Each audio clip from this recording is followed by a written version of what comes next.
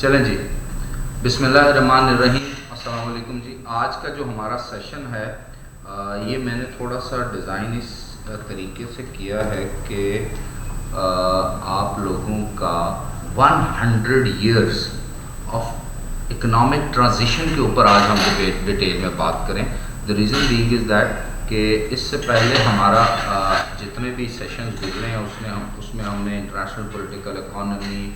Economic development, different types کی organisational structure اور ان کا رول، انٹرنیشنل آرگنائزیشنز کا رول، اس کے ساتھ ساتھ ہم نے بات کی مارکیٹ اکانومی کیا ہوتی ہے، مارکیٹ فورسز کیسے کام کرتی ہیں، جو کسی بھی ملک کے جو ریسورس ہیں اس کو پروڈکٹیوٹی یعنی انڈسٹری لگا کے اس کی فنش گڈز بنا کر پھر اس کی پرائس سیٹل کر کے پھر اس کے بعد فائنلی اس کی ڈسٹریبیوشن یعنی سپلائی چین مینجمنٹ کے تھرو کس طرح کام کیا جاتا ہے. اگر اس پہ ساری کی ساری مارکیٹ فورسز کی مونوپلی ہو تو رزلٹس کیسے آئیں گے اور کس طرح سے اکنامک ڈیولپمنٹ ہو سکے گی یا نہیں ہو سکے گی، اور اگر ہو سکے گی تو کن ممالک میں ہو سکے گی. اس کے اوپر ہم نے ڈیٹیل میں بات کی جو اکنامکلی ڈیولپ نیشنز ہیں. پھر اسٹیٹ لیڈ اکانومی سے ریلیٹڈ بھی باتیں ہم نے کافی ڈفرینٹ قسم کے ماڈلس کو انڈرسٹینڈ کیا، جس میں پھر ہم نے دو امپورٹنٹ جو concepts political economy of development میں ہم انڈرسٹینڈ کرتے ہیں، جس میں ایک تو نیو لبرل اکانومی ہے جس کو واشنگٹن کنسنسس کے تھرو پھر بہت زیادہ پذیرائی ملی ہے، جس کو پوری دنیا میں جانا جانے لگا. جان ولیمسن کا جو کانسیپٹ تھے 10 پوائنٹس ان کے تھے. اس کے بعد میں نے آپ کو بیجنگ کنسنسس سے ریلیٹڈ بھی بہت سی اسٹیٹ لیڈ اکنامک ڈیولپمنٹ یا اسٹیٹ اورینٹیڈ اکانومی کے اوپر بھی بات کی. آج کا چونکہ لیکچر ہمارا ایز پر اسکیجول تو ہمارا یہ 2 کلاسز ہونی ہوتی ہیں ویک میں، کریڈٹ آورس بھی کمپلیٹ کرنے اور ویسے بھی ہم نے چیزوں کو فائنلائز کرنا ہے. بٹ آئی کیونکہ received text from your C R, تو انہوں نے کہا تھا کہ جی آپ لوگ اسپورٹس کا عالم میں بزی ہیں، تو میں نے کہا کوئی ایشو نہیں ہے، ہم ریویژن کر لیں گے اور جتنے as many of you want to join تو ہم ایک نیا کوئی ریویژن بھی کریں گے اور کچھ نئے کانسیپٹس یا کچھ نئی میری اپنی understanding political economy of development, globalization, state کا رول یا انٹرنیشنل پولیٹیکل اکانومی سے ریلیٹڈ جو میرے اپنے کانسیپٹس ہیں وہ میں آپ سے شیئر کر لوں گا. تو آج کا جو لیکچر ہے اس کا نام ہم پھر رکھتے ہیں a century of economic transition یا سینچری آف گلوبل اکانومی، کہ 100 سالوں میں پوری کی پوری دنیا کی اکانومی میں کون سے ٹرانزیشنز آئے، number 1، and number 2 who benefited and who last, یعنی کس کا فائدہ ہوا اور کس کا نقصان ہوا. اب یہ تاریخی پس منظر جتنے بھی ہم جب کسی بھی پولیٹیکل سائنس یا انٹرنیشنل ریلیشن یا لبرل آرٹس، سوشل سائنسز یا بیہیویئرل سائنسز میں انڈرسٹینڈ کرتے ہیں تو اس میں ہمیں کچھ چیزوں کو کرونالوجیکل آرڈر میں انڈرسٹینڈ کرنا بڑا ضروری ہوتا ہے. اوبویسلی بات ہے یہ ٹاپک تو کافی زیادہ واسٹ ہے اور ہم ممکن نہیں ہے کہ ایک لیکچر میں اس کو کور کر سکیں، چونکہ بہت سی چیزیں میں آپ کو آلریڈی پڑھا چکا ہوں. Conceptual understanding, conceptual frame work آپ لوگوں کا بلڈ ہو چکا ہے. تھیوریٹیکل پرسپیکٹو جو انٹرنیشنل پولیٹیکل اکانومی کے ہیں، پولیٹیکل اکانومی آف ڈیولپمنٹ یا ڈیولپمنٹل اکنامکس جس کو ہم بولتے ہیں، اس کے بھی تھیوریٹیکل جتنے بھی پرزمس تھے اس کے اوپر بھی ہم نے کافی ڈیٹیل میں بات کی. تو اب ہسٹوریکل پرسپیکٹو میں ایک انٹرنیشنل ایکٹیویٹی ہوئی اور پوری دنیا میں جو اسٹیک ہولڈرز جس کو نارملی ہم انٹرنیشنل ریلیشن میں کہتے ہیں، میجر اسٹیک ہولڈرز جن کا زیادہ اسٹیک ہوتا ہے، not with reference to the volatility کہ وہ کتنے زیادہ نقصان میں جائیں گے اگر کوئی ایسے ڈیسیژن ہو، but with reference to their benefits and with reference to their profitability and with reference to their accumulation of global resources. تو آج کی دنیا میں ان کو ہی اسٹیک ہولڈرز کہا جاتا ہے. آج جب ہم 2021 میں یہ بات کرتے ہیں، مارچ 2021 میں، تو ہم اس کو کہتے ہیں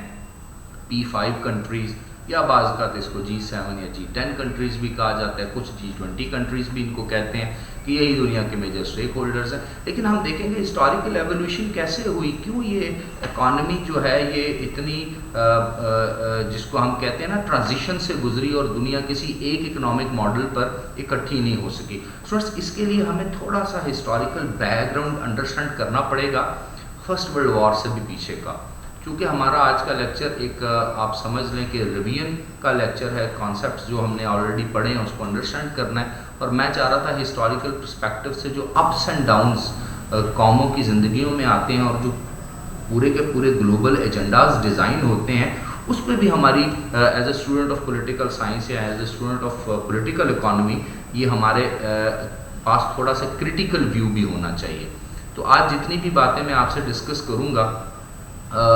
یہ جس طرح کہ میں نے پہلے عرض کیا کہ میں کوشش یہ کرتا ہوں کہ جو بھی چیز میں اسٹوڈنٹس کے ساتھ شیئر کروں وہ اکیڈیمک ڈسکشن ہو، اس کے اندر ہمارا لٹریچر انوالوڈ ہو، انٹرنیشنلی ریکگنائزڈ جو اسکالرز ہیں، بڑی آتھرز دنیا میں جو موجود ہیں یا جو کرٹیک پیش کرتے ہیں دنیا کے نظام، چاہے وہ پولیٹیکل ہو، چاہے وہ اکنامک ہو، چاہے وارفیئر سے ریلیٹڈ ہو، پیس سے ریلیٹڈ ہو، انٹرنیشنل آرگنائزیشن کا سٹرکچر ہو، ان کے فنکشنز ہوں، ان کا رول ہو، تو وہ جو کرٹیکل ویو ہے وہ میں کوشش کروں گا، اس میں کچھ میری اپنی کچھ حد تک ذاتی رائے یا انپٹ ہو سکتی ہے، یو میں اگری اور ڈس اگری، اور آپ کے پاس پورا موقع ہے کہ آپ اس کے اوپر اپنا پوائنٹ آف ویو بھی سامنے رکھیں، بیکاز آج ہماری جتنی بھی یہ ڈسکشن ہوگی ہم کوشش یہ کریں گے کہ ہم out of the box political economy کو اور پولیٹیکل اکانومی آف ڈیولپمنٹ کو تھوڑا گراسپ کریں ان اے ڈفرینٹ وے۔ تو میرا اسٹوڈنٹس ماننا یہ ہے کہ دنیا میں جو یہ سمجھا جاتا ہے کہ کسی بھی طرح سے اس 5000 سال کی انسان کی لکھی ہوئی تاریخ میں جتنے بھی اپس اینڈ ڈاؤنز ہوئے، جتنی بھی قومیں جو ہیں رائز اینڈ فال کا شکار ہوئی، چاہے وہ گریک سٹی سٹیٹس کی پولیٹیکل ڈومیننس تھی، اکنامک یا اکیڈیمک ڈومیننس تھی پوری دنیا کے اوپر، چاہے وہ جو فلپ II میزیڈونیا کا جو کنگ تھا اس کا بیٹا الیگزینڈر دا گریٹ، جس نے ریسٹ آف دا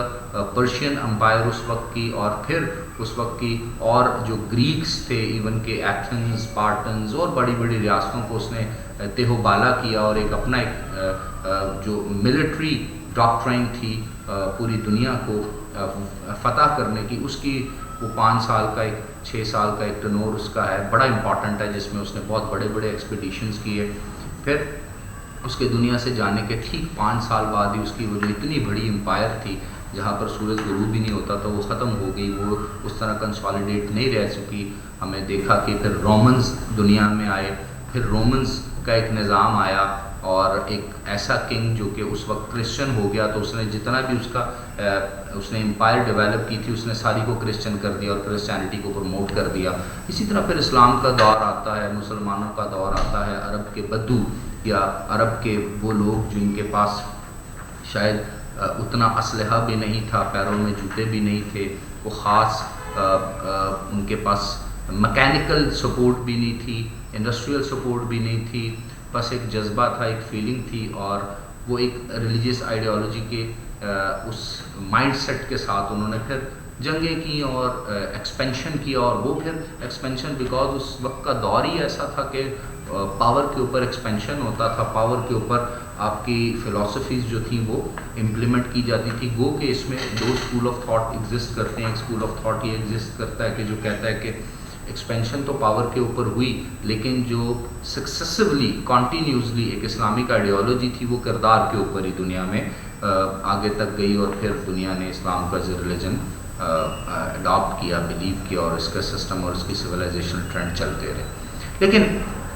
گو کہ ہم ماڈرن ہسٹری کو بھی دیکھتے ہیں، میڈیول ہسٹری کو بھی دیکھتے ہیں، آفٹر 1500-1600 AD میں دیکھتے ہیں، 15ویں 16ویں 17ویں صدی میں دیکھتے ہیں، یورپ کو ہم as a student of history جب ڈسکس کرتے ہیں، انڈرسٹینڈ کرتے ہیں، تو ہمیں بہت سی چیزیں سامنے نظر آتی ہیں کہ دنیا جو ہے اس کو اگر ان ڈیپتھ انالیسز اس کا کیا جائے تو ایک ہی رزلٹ ہمارے سامنے آتا ہے، چاہے وہ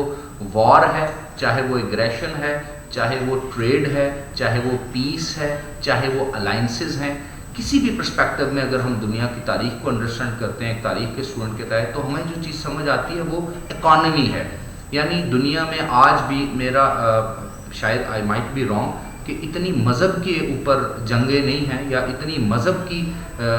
کنفرنٹریشن نہیں ابھی بھی دنیا میں چل رہی۔ آئیڈیالوجیز جو ہیں وہ فرنٹ پر ونڈو ڈریسنگ کر کے شاید مذہب کے نام پر پریزنٹ کی جاتی ہیں، جن کے پیچھے جنگیں لڑی جاتی ہیں، بٹ آج بھی جو دنیا کی سوسائٹی ہے، آج جو گلوبل ولیج ہے، اس میں بھی جو ڈومیننٹ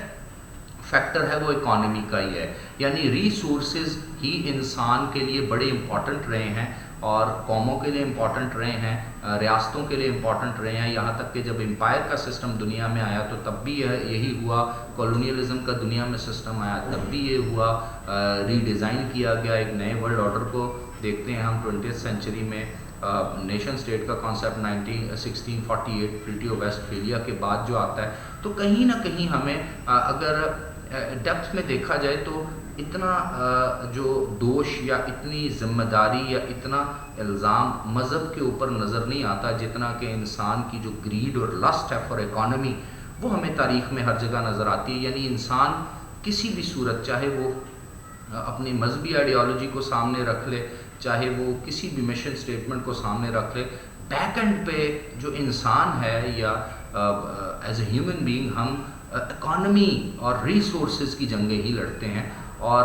یہ جنگیں ایسے ہی چلتی رہیں گی، اور آج 5th جنریشن وارفیئر میں بھی ہم دنیا میں اکنامک زون ہی دیکھ رہے ہیں، اکنامک وارفیئر دیکھ رہے ہیں، ٹیکنالوجیکل وارفیئر، یہ تمام چیزیں کہیں نہ کہیں دنیا کے ریسورسز کو گریب کرنے کی جنگ ہے، اور میرا تو ماننا یہ ہے کہ جب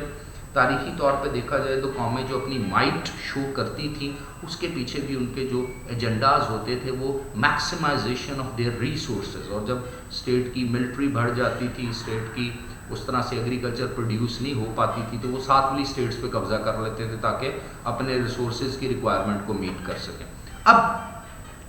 آتے ہیں 20ویں صدی میں، چونکہ ہم نے 100 ایئرس آف اکنامک ٹرانزیشن کو آج سمجھنے کی کوشش کرنی ہے، یا ہم نے سینچری آف اکنامک ٹرانزیشن 1920 سے لے کے 2020 تک کا جو دنیا میں اکنامک ٹرانزیشن ہے اس کے پیچھے پولیٹیکل فورسز کون سی تھی، کیونکہ ہم آلریڈی ایک سبجیکٹ پہلے ہی اپنے اس کورس میں آئی ہوپ کہ آپ لوگ پڑھ چکے ہیں، جو کہ بہت سے اسٹوڈنٹس نے مجھے میرے انٹروڈکٹری لیکچر میں بتایا بھی تھا کہ انٹرنیشنل پولیٹیکل اکانومی کے نام سے آپ ایک سبجیکٹ پڑھ چکے ہیں، تو وہی انٹرنیشنل پولیٹیکل اکانومی کو ہم آج تھوڑا سا مکس اپ کریں گے، مرج کر دیں گے پولیٹیکل اکانومی آف ڈیولپمنٹ کے ساتھ، تو ان دونوں سبجیکٹس کو ہم پھر پیرلل کوشش کریں گے آج کے اس لیکچر میں کچھ حد تک انڈرسٹینڈ کرنے کی، پلس ایک ہسٹوریکل پرسپیکٹو بھی اس میں ہم سمجھنے کی کوشش کریں گے۔ تو اگر ہم 20ویں صدی کا آغاز دیکھیں، یعنی 1901 میں دیکھیں تو ہمیں دنیا کس قسم کی نظر آتی ہے، تو ہمیں نظر آئے گا کہ 1901 کے قریب جو دنیا تھی وہ کم و بیش بیلنس آف پاور کے ایک بڑے امپورٹنٹ فینومینا کے تحت ڈیل کی جا رہی تھی، جس میں دنیا کی جو بڑی ایمرجنگ پاورز تھیں، جس میں گریٹ برٹن آپ کہہ سکتے ہیں، فرانس آپ کہہ سکتے ہیں، اٹلی کہہ سکتے ہیں، پرتگال کہہ سکتے ہیں، اور جو ویسٹرن یورپ کے کچھ کنٹریز آپ کہہ سکتے ہیں، وہ بڑے پاورفل طاقتور تھے، کچھ حد تک چائنیز سویلائزیشن بھی اس قابل تھی کہ جو ایسٹرن ایشیا کا ایریا ہے وہاں پر وہ بھی ایمرج کر سکتے تھے، تو دنیا میں وہی ریاستیں بڑی تھیں، تو اس دور میں ہمیں جو ایک کانسیپٹ نظر آتا ہے وہ یہی نظر آتا ہے کہ کچھ ریاستیں ایسی تھیں جو چاہتی تھی کہ باقی کے دنیا کے ریسورسز وہ بھی شیئر کریں ان بڑی ریاستوں کے ساتھ، اور بیلنس آف پاور کو ڈیمیج کرنے کی کوشش کی گئی جو آلریڈی 5-6 ریاستوں نے آپس میں مینٹین کیا ہوا تھا۔ اس میں پھر ہمیں جرمنی ایمرج کرتا ہوا نظر آتا ہے، اور 1889 اور 1890s میں کچھ ایسی ٹریٹی بھی جس کو آپ سیکرٹ ٹریٹیز کہتے ہیں وہ بھی ہو چکی تھیں، اور الائنسز بن چکی تھی، انڈسٹریلائزیشن ہو چکی تھی، آرمامنٹ اور ٹیکنالوجی آگے آ چکی تھی، تو ایک نیا میدان سجنے والا تھا۔ اب یہ میدان جو تھا، اگر ہم تاریخ کے اسٹوڈنٹ کے تحت پہلی جنگ عظیم کے پہلے ڈیکیڈ کو، یعنی 1914 میں جنگ عظیم سٹارٹ ہوتی ہے فرسٹ ورلڈ وار، اور 1904 تک کے حالات دیکھیں، یعنی پچھلے 10 سال کو دیکھیں، تو دنیا میں بہت سی پیرلل ٹرانزیشنز ہو رہی تھی، دنیا میں بہت سی پیرلل موومنٹس آ رہی تھیں، جن میں سے اگر بر صغیر سب کانٹیننٹ کو دیکھیں تو یہاں پر بھی اس طرح سے جو برٹشرز ہمیں کنسالیڈیٹڈ نظر آ رہے تھے وہ نہیں تھے، بلکہ وہ بھی یہاں پر اگر آپ دیکھیں تو millions and billions of pounds کی ایئرلی بیسس پہ جو بینیفٹس تھے یہاں سے اٹھا رہے تھے. بلکہ ایک اسٹڈیز کے مطابق یہ بھی کہا جاتا ہے کہ 1915 تک 1857 سے لے کے 1915 تک جو برٹش چیمبر آف کامرس ہے یا جس کو لنڈن چیمبر آف کامرس کہتے ہیں, ان کی گروتھ اتنی زیادہ تھی دنیا میں اور ان کے پاس اتنے زیادہ ریسورسز تھے جو کہ وہ اس بر صغیر سے ہی بائی فورس لیتے تھے. ایون کہ آپ اگر اپنے ایسٹ بر صغیر کا نقشہ اس وقت کا دیکھیں جہاں پہ اس وقت آپ کو ایسٹرن بھارت کی کچھ ریاستیں نظر آتی ہیں اور اس کے ساتھ بنگلہ دیش نظر آتا ہے, تو یہ وہ جگہ تھی جہاں پر ایڈمنسٹریٹو ریفارم لانے کی بھی بات کی گئی, not for the benefit of the people but کہ ایسی سڑکیں بنائی جائیں, روڈ اور ریل نیٹ ورک بنائے جائیں جس سے زیادہ یہاں کا کول جو تھا جو کہ ویسٹ کی انڈسٹری میں بڑا اس وقت ضروری تھا وہ یہاں سے وہاں بھیجا جائے. آپ کی فش انڈسٹری, فشریز جس کو کہتے ہیں, پھر آپ کی نیچرل جو پروڈکٹس تھیں جتنی بھی جس کو ایگریکلچر پروڈکٹس کہتے ہیں, پھر آپ کی لیبر فورس جس کو کہا جاتا ہے, پھر اور بہت سے وسائل جو کہ اس طرح کی کالونیز میں موجود تھے اس کو ایکسٹریکٹ برٹن کر رہا تھا. تو جرمنی نے سوچا کہ اچھا جی اگر پیسے کمانا اور دنیا پہ اسی طرح آپ اپنے ریسورسز میکسیمائز کر سکتے ہو تو وائی ڈونٹ وی, ہمیں بھی پھر آ کے اپنا شیئر لینا پڑے گا اور ہمیں بھی اپنا شیئر لینا. جی بالکل فرقان امتیاز, Shashi Tharoor argument, it is not only a Shashi Tharoor argument,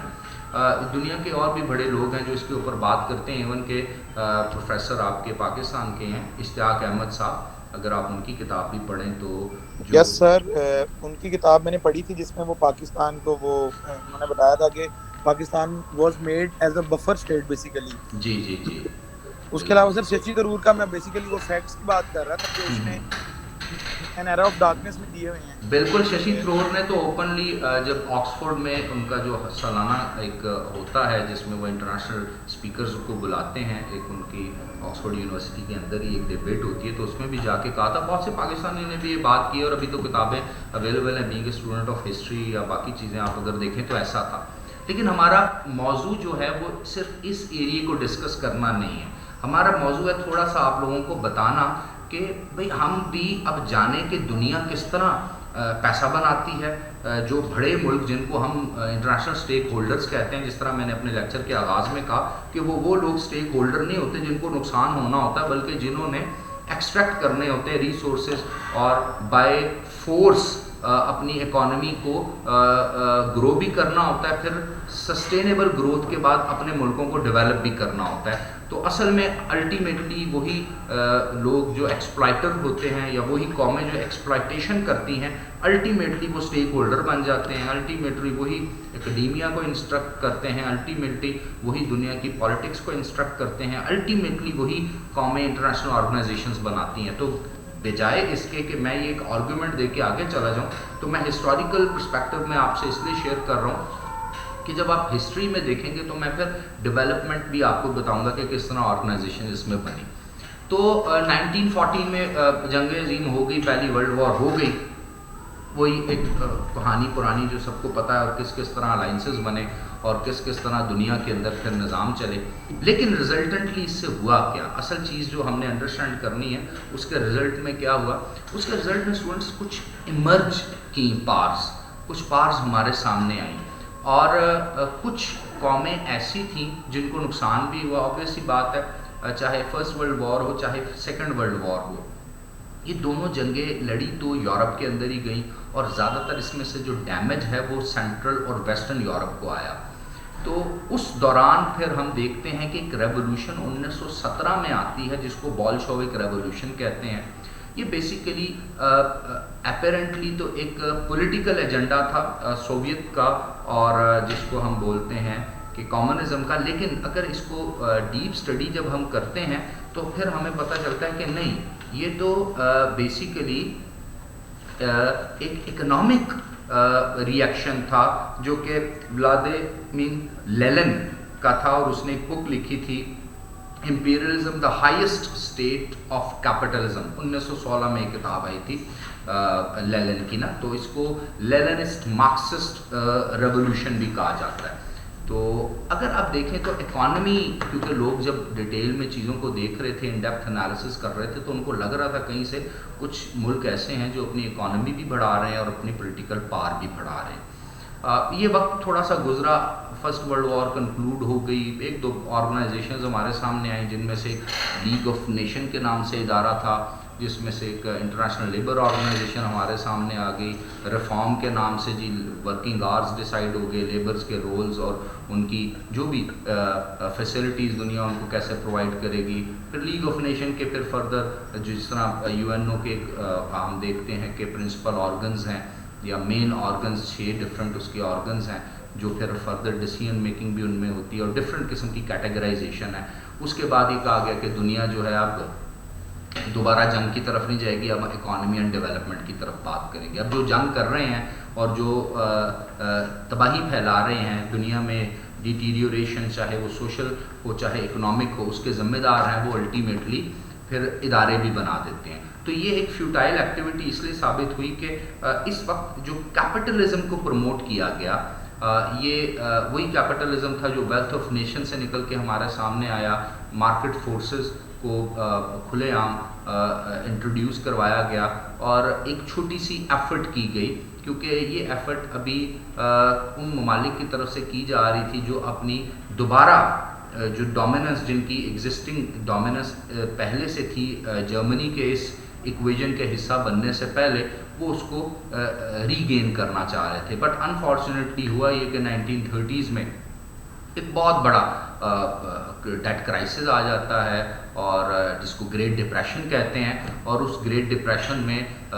you کے پہ بھی بہت زیادہ افیکٹ ہوتا ہے، اصل میں تو سٹارٹ ہی وہیں سے کرتا ہے، یورپ پہ بہت زیادہ افیکٹ ہو جاتا ہے۔ اب ان ادوار میں پھر کچھ اکنامک پالیسیز جو ہیں وہ سامنے آتی ہیں۔ یہ صرف اکنامک پالیسیز ایسی نہیں ہیں جو کہ صرف اور صرف اس لیے آ رہی ہوں کہ ان ممالک کا رول ہو پوری دنیا میں بہتری لانے کا، بلکہ یہ اگر آپ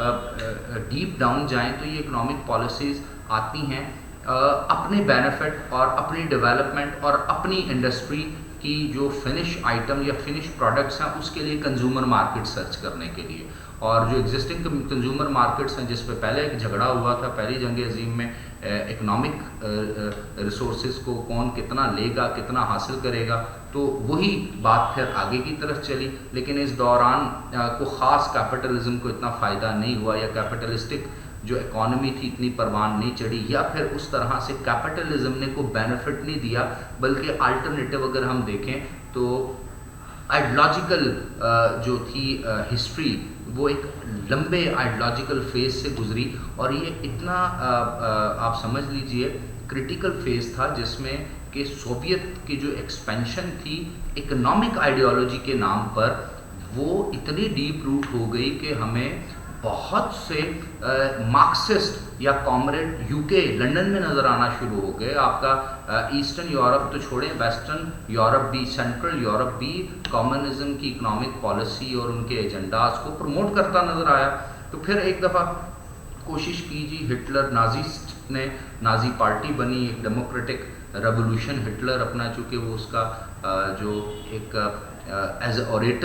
این اوریٹر تو اس کے پاس ایک پار تھی، پھر ایک اچھا اسٹریٹجک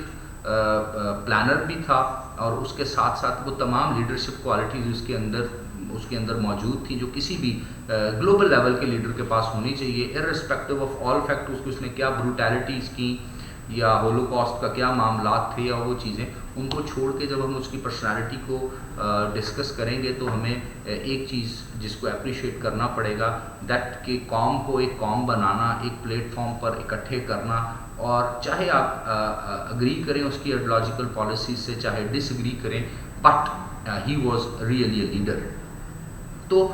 ایک اور دور ہمیں نظر آتا ہے۔ اب یہ جو دور ہے نا، اس میں انٹرنیشنل ٹریڈ بھی ساتھ ساتھ ہو رہی ہے، ایک تو اکنامک ایکسپلائٹیشن ہو رہی ہے دنیا کی، ایک ٹریڈ بھی ساتھ ساتھ ہو رہی ہے۔ تو کرائسس جو تھا، میجر کرائسس جو تھا وہ یہ آ رہا تھا کہ ٹریڈ کس بہاف پہ ہوگی، کیونکہ اگر آپ فرسٹ ورلڈ وار سے پہلے دیکھتے ہیں یا ایون کہ فرسٹ ورلڈ وار کے بعد بھی 1930s تک دیکھتے ہیں، تو جو ایکسچینج ہوتی تھی اس میں جو مین کموڈٹی تھی وہ گولڈ تھا، گولڈ کو بڑی امپورٹنس حاصل تھی۔ اب یہاں پر دیکھنا یہ پڑے گا کہ وہ ایسے ممالک جن کے پاس گولڈ نہیں ہے، اور ملٹری مائٹ بھی ہے، ٹیکنالوجی بھی ہے. اب وہ یہ چاہتے ہیں کہ وہ دنیا کو ری سیٹ کریں، ری ڈیزائن کریں، کنٹرول کریں، ڈومینیٹ کریں یا ڈکٹیٹ کریں. ان کا رول کیا ہوگا؟ تو یہ پھر ہمیں رول نظر آتا ہے سیکنڈ ورلڈ وار میں. اور سیکنڈ ورلڈ وار میں پھر ہم دیکھتے ہیں کہ obvious سی بات ہے پروٹیکشنزم تو اس وقت آ ہی گیا تھا، وہ تو ہم ایک آلریڈی ڈسکس کر چکے ہیں. لیکن میں ذرا اکنامک پرسپیکٹو سے آپ کو ایک پراپر وہ جو کہتے ہیں نا historical evolution of economy in a chronological order, اس میں چاہتا ہوں تھوڑا سا آپ کو سمجھاؤں. تو وہ جب سیکنڈ ورلڈ وار کنکلوڈ ہونے لگی تھی تو دنیا میں دو ہی اس وقت طاقتیں ہمیں نظر آتی تھی. ایک کو تو ہم الائڈ فورسز کہتے تھے، یو ایس کا بلاک تھا جس میں یو ایس تھا، دوسری طرف سے سوویت یونین تھا، اور اس کے ساتھ ساتھ ہم دیکھتے ہیں کہ جرمنی کے انسرکلمنٹ کے لیے ممالک موجود تھے اور برٹن موجود تھا. تین بڑی طاقتیں یہ تھیں. فرانس موجود تھا، بیلجیم فرانس پہ چونکہ پہلے ہی حملہ کیا تھا نازیز نے، ہٹلر نے، تو وہ تو آبویسلی ان کے ساتھ ہی تھے. اور جو دوسرا ایکسس والے تھے جو کہ جرمنی پرو تھے، اس کے بیچ کے چھوٹے موٹے ممالک تھے. کچھ حد تک جاپان جو تھا اس نے بھی سیکنڈ ورلڈ وار میں ایکسس کا ساتھ دیا. بٹ 1943 یا 44 یعنی 1943-44 کے قریب یہ چیز اپیرنٹلی پتہ چل گئی تھی کہ اب ایکسس فورسز کا نقصان ہونے والا ہے یا ان کو دوبارہ کمپرومائز سچویشن پہ لایا جائے گا اور جو الائڈ فورسز ہیں وہ جیت جائیں گی. تو obvious سی بات ہے جنگ جس مقصد کے لیے تھی یا جو مین فوکل پوائنٹ تھا یا focus of the centre point جنگ کا تھا، وہ تو اکنامک ریسورسز کی آپس میں ڈسٹریبیوشن تھی اور میکسیمم ڈسٹریبیوشن تھی. تو اب پلیئرز کچھ نئے آ رہے تھے. اس میں ایک ایسا پلیئر آتا ہے ہمارے سامنے جو کہ 17ویں صدی سے ہی چیزوں کو بلکہ 18ویں صدی سے ہی چیزوں کو ڈفرینٹ طریقے سے مانیٹر بھی کر رہا تھا. گو کہ اس ملک کے اپنے اندر کچھ ٹرانزیشن چل رہے تھے کنفیڈریشن سے فیڈریشن بننے کے،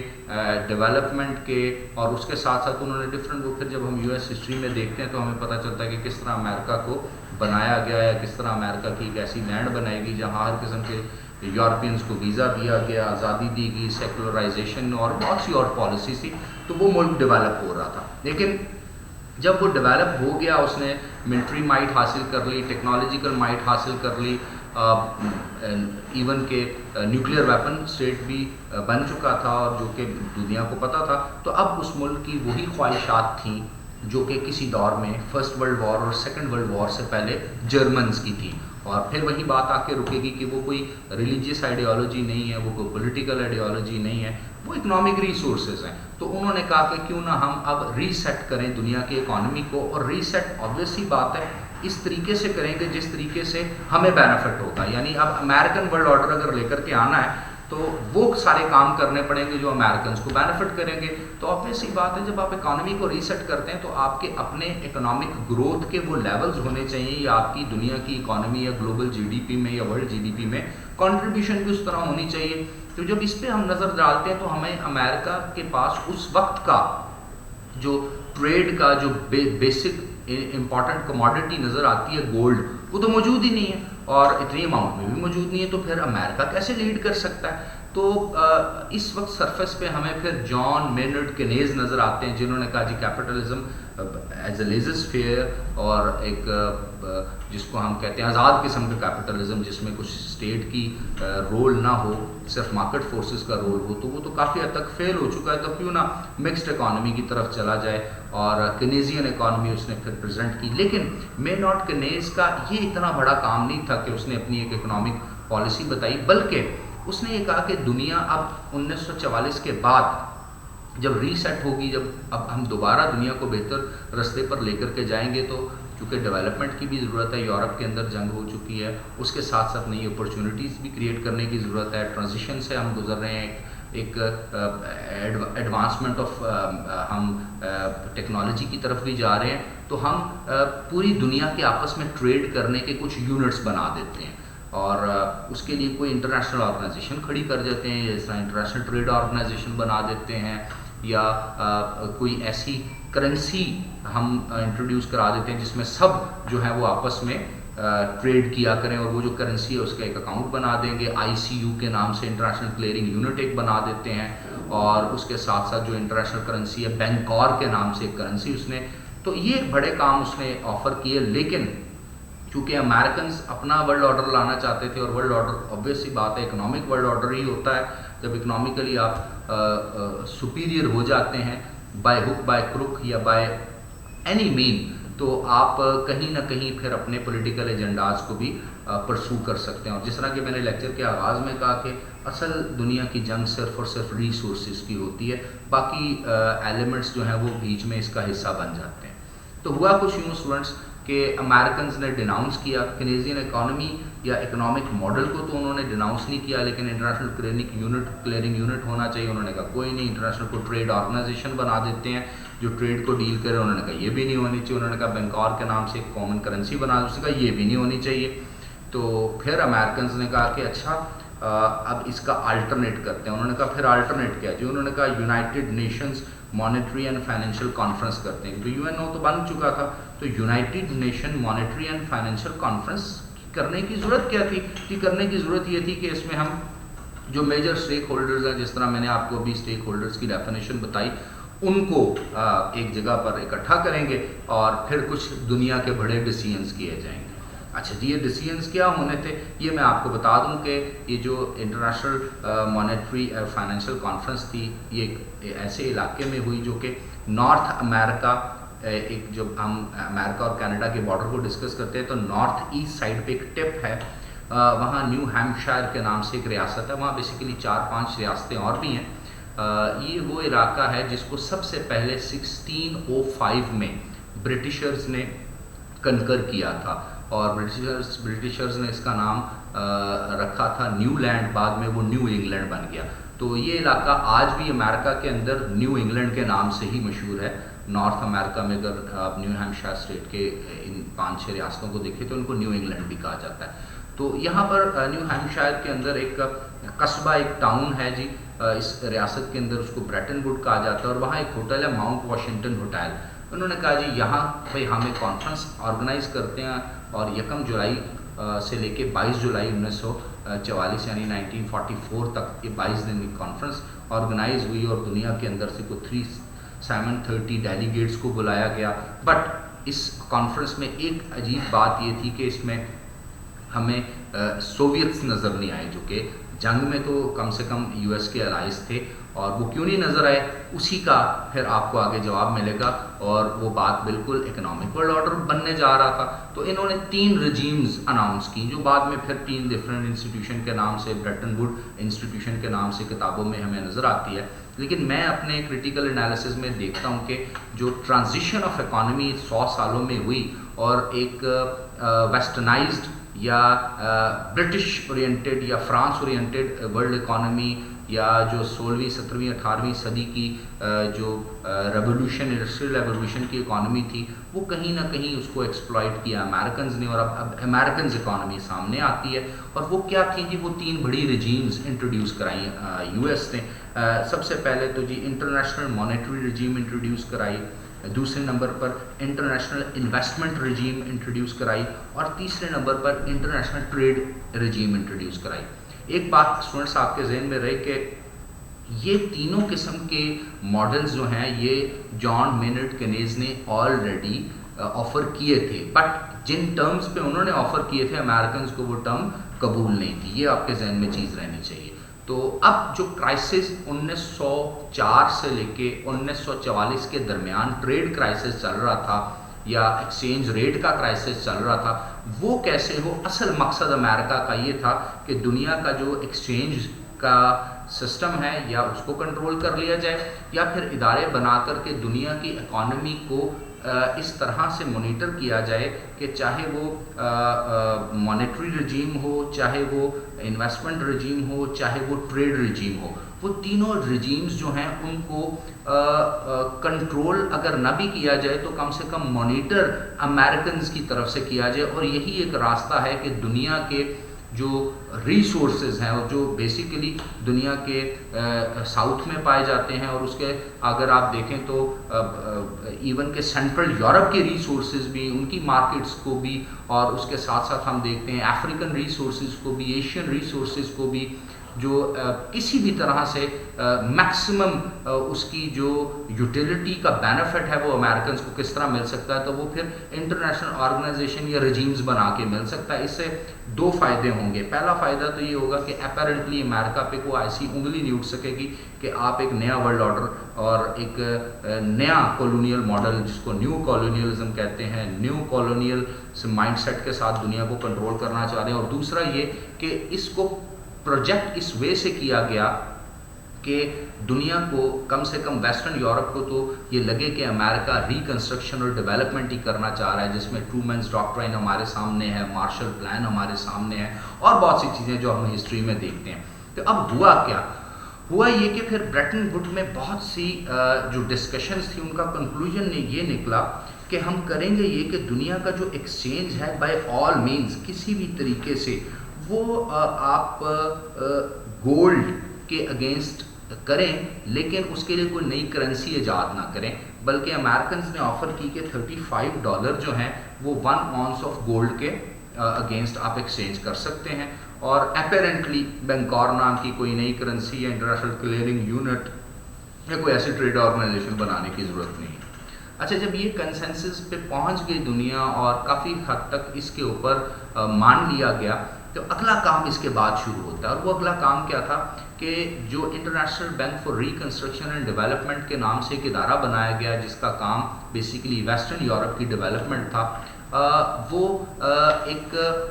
انویسٹمنٹ رجیم کے طور پہ ہمارے سامنے آتا ہے۔ اس کے ساتھ ساتھ ہی پھر دنیا کی جو ٹریڈ تھی، انٹرنیشنل ٹریڈ آرگنائزیشن، جو کہ جان مینرڈ کینیز نے کہا تھا وہ تو نہیں بنائے گی، گیٹ بنا دیا گیا، general agreement on tariff and trade بنا دیا گیا، اور دوسری طرف انٹرنیشنل مانیٹری فنڈ بنا دیا گیا۔ مانیٹری رجیم، دنیا میں جو مانیٹری ٹرمز ہیں، پیسے کی وقت، پیسے کا اتار چڑھاؤ اور انفلیشن اور یہ تمام اس قسم کی جتنی بھی ہم ٹرمینالوجیز پڑھتے ہیں، اس کو کنٹرول کون کرے گا؟ تو جی اس کو IMF کنٹرول کرے گا۔ اب آبویس سی بات ہے، اگر آپ آج یہ باتیں سوچیں سمجھیں تو آپ کو ایک کانسپریسی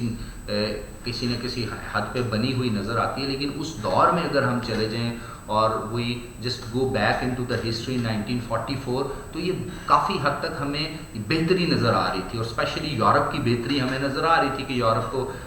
ریکنسٹرکشن اور ڈیولپمنٹ کے لیے بھی پیسے مل رہے ہیں، پھر یورپ کے اندر سسٹمز بھی بہتر ہو گئے ہیں، اور یورپ خود بھی یورپی یونین جیسے ادارے بنا رہا ہے، اور یورپی یونین میں پھر فرانس جس چیز کو اوریجنیٹ کرتا ہے، پھر باقی ملک اس کا ممبر بنتے ہیں، کول اینڈ اسٹیل کے نام سے آرگنائزیشنز بنتی ہیں۔ اس کے ساتھ ساتھ جو ویسٹرن یورپ کے کنٹریز ہیں وہ کامن اکانومی بناتے ہیں، کامن مارکیٹ اپنی بناتے ہیں، شنجن ویزا وہاں پر آ جاتا ہے، اور اس کے ساتھ ساتھ پھر جب UK اس کا حصہ بنتا ہے لیٹ 1980s میں، تو CAP کیپ کے نام سے کامن ایگریکلچر پالیسی آ جاتی ہے۔ تو کہیں نہ کہیں یورپ کے حق میں یہ تھا، ہمارے آپ کے حق میں تھا یا نہیں تھا، کیونکہ ہماری آپ کی نہ تب حیثیت تھی پولیٹیکلی اور اکنامکلی، نہ اب حیثیت ہے، ہم ڈیسیژن میکر میں تو کبھی بھی نہیں آتے، کیونکہ میں نے آپ کو رول بتا دیا انٹرنیشنل اسٹیک ہولڈر میں ایز اے کنٹری تو آپ ایگزسٹ کرتے ہیں، لیکن اسٹیک ہولڈر میں آپ تب تک نہیں آ سکتے جب تک کہ آپ کا اسٹیک ایکسپلائٹ کرنے میں نہ ہو، کیونکہ جو دنیا کو ایکسپلائٹ کرتے ہیں اسٹیک ہولڈر وہی کہلائے جاتے ہیں۔ یہ ایک بہت بڑی اکیڈیمک ڈیبیٹ بھی ہے، اس کے لیے آپ نامس چامسکی کی مڈل ایسٹ ایلیجن سے ریلیٹڈ اور امریکن ماڈل سے ریلیٹڈ، امریکن پریزیڈنسی سے ریلیٹڈ بہت سی آپ کو تصانیف مل سکتی ہیں، جس سے آپ کا یہ ایون کہ یہ کانسیپٹ کلیئر ہو۔ بلکہ ہمارے کورس میں جو بک میں نے آپ کو بک ریویو کے لیے دی ہے، the bottom billion,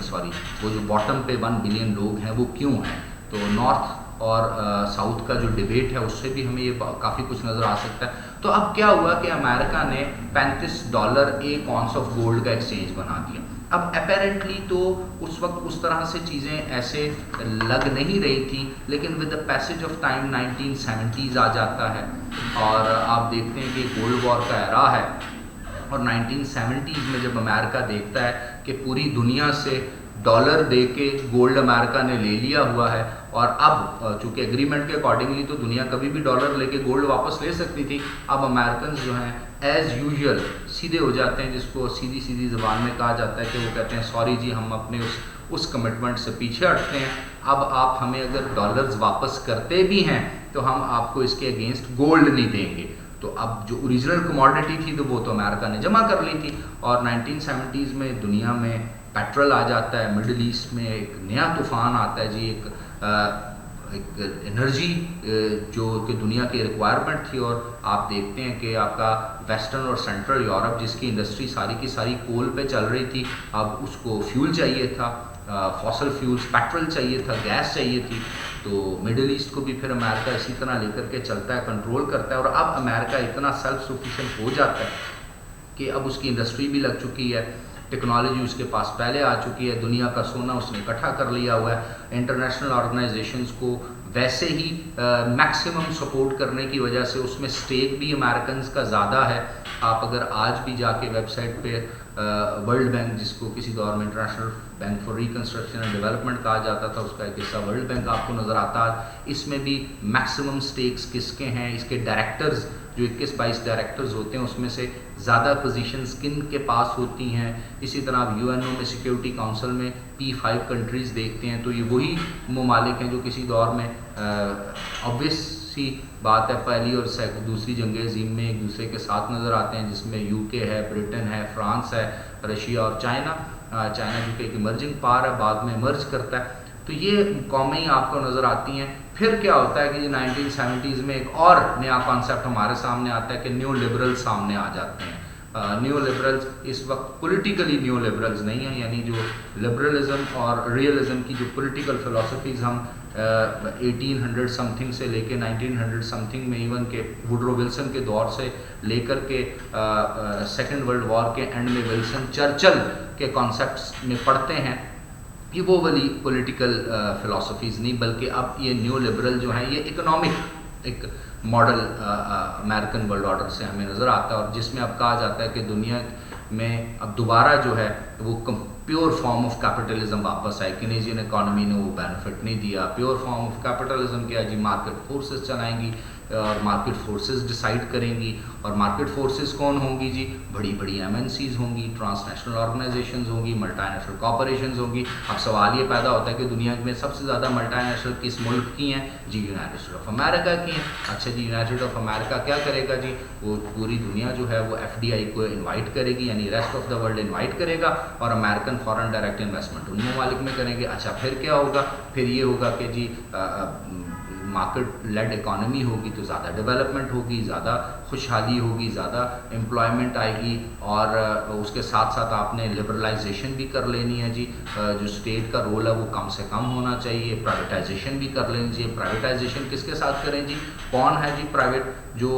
public sector institutions کے ساتھ مل کے اتنا پیسہ لگا کے کسی ادارے کو چلائے جی, ہم حاضر ہیں جی, امریکنز دنیا کی بڑی ٹرانس نیشنل اور ملٹی نیشنل کارپوریشنز آ جائیں گی جی آپ کو سپورٹ کرنے کے لیے, چاہے وہ ٹیکنالوجیکل سپورٹ ہو, چاہے وہ انویسٹمنٹ سے ریلیٹڈ سپورٹ ہو. پیٹرول ڈالر کے نام سے امریکہ نے اب پہلے سونا اکٹھا کرتا ہے, پھر اب پیٹرول کے نام سے اور زیادہ پیسہ بنایا جاتا ہے. دنیا کی اب کنسالیڈیٹڈ اور آپ سمجھ لیں انٹرنیشنل ٹریڈ کے لیے جو کرنسی ہے وہ اب لیجیٹیمیٹ کرنسی ڈالر بن جاتی ہے. دوسری طرف انٹرنیشنل کورٹ آف جسٹس ہے, وہ دنیا کے فیصلے کرتا ہے, جس کو جان آسٹن انٹرنیشنل لاء کے بارے میں کہتا ہے it is a mere positive morality not a law itself نا. تو اگر آپ دیکھیں کہ